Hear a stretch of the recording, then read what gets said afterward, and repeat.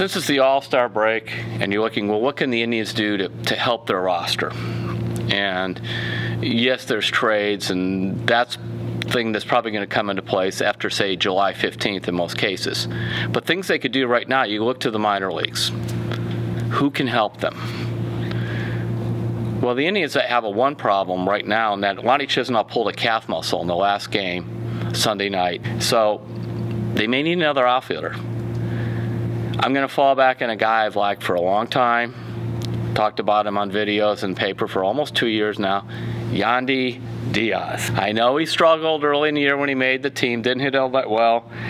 Yandy-Diaz is batting .336. He's playing some outfield, he's playing some third base.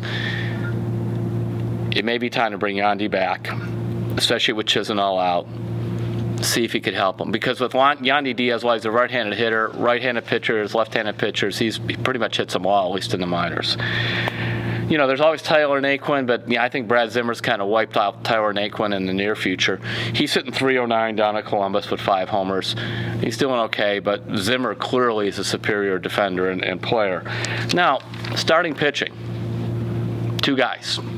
I've liked Ryan Merritt for quite a while. You know, Ryan Merritt is 7-5 with a 3.36. Columbus left-hander. You remember he was the guy that pitched that game-clinching win over Toronto in the playoffs last year. And then another guy who actually I've seen pitch a couple times. I've never liked him very much, but you know, this is where numbers don't lie. Sean Miramondo.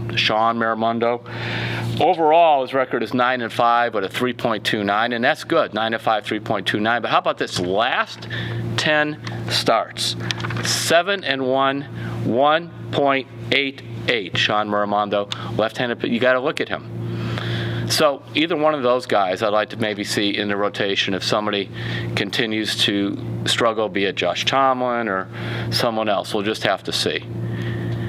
Now there's something in the back of my mind.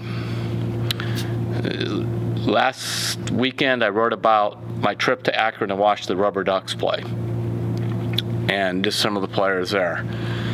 And you've heard about this guy for a while, Francisco Mejia, a catcher, switch-hitting catcher.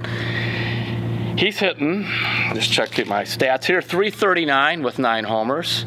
This comes after he hit .347 last year with a 50-game hitting streak. He's 21. He's a catcher. He can hit. The Indians have catchers who can catch. Roberto Perez, Yan Gomes hitting a combined .208 the last time I looked. I wonder if the Indians will do something they did with Asdrubal Cabrera a number of years ago. Here's what they did. He had started the year at AA, hit very well. Right around this time of year, early July, they moved him up to AAA. He only played there about 2 weeks. And then they brought him up to the Indians to finish out the 2007 season, and he really did help them. They had a hole at second base, and he helped them. Would they do the same with Mejia? I'll tell you this much, if I'm Chris Antonetti, the president, or Mike Chernoff, the GM, Terry Francona, the manager, I'm thinking about trying that same thing again. Move him up to AAA, see how he hits, and see if he could help me. Because even if he's just catching half the games, it gives you another bat coming off the bench. Maybe he's too soon, 21, but you never know. Besides, you know, you're playing for the playoffs and you're playing to try to win a World Series. So if you got another bat down there, sometimes you bring him up maybe what people consider too soon. Some people thought Bradley Zinner came up too soon. So we'll wait to see on that, but that was my thought. Francisco Mejia, maybe to Cleveland sooner than any of us expected.